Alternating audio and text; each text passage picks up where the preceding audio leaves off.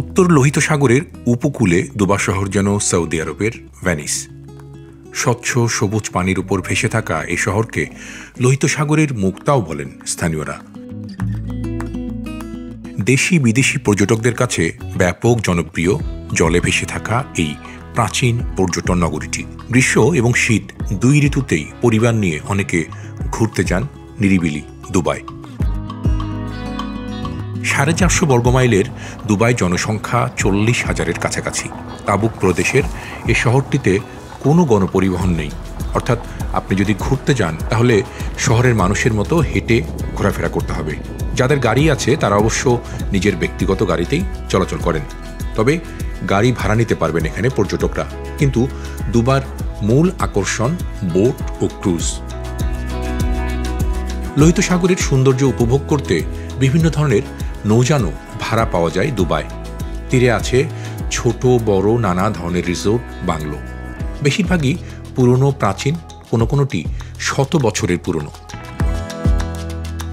1200 বছর আগে মিশরীয় ব্যবসায়ীদের মাধ্যমে গোড়াপত্তন হয় দুবার। সিরীয় ব্যবসায়ীরাও আসতেন। দীর্ঘ সাগর পথের যাত্রায় বিরতি বিশ্রাম নিতে তাদের অনেকেই থামতেন দুবাই। এখন দুবাই যাচ্ছেন বিভিন্ন দেশের পর্যটকরা।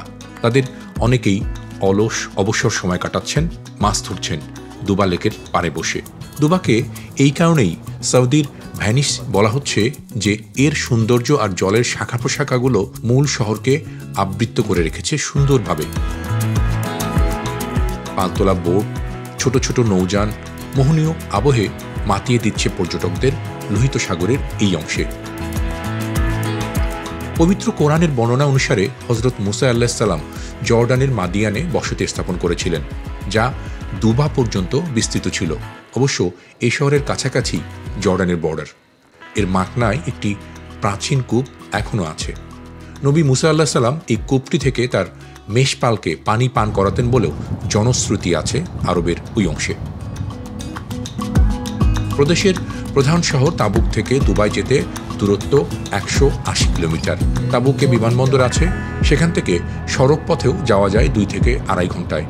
জেদ্দা থেকেও যাওয়া যায় গাড়িতে, তবে সময় লাগবে 12 ঘন্টার বেশি।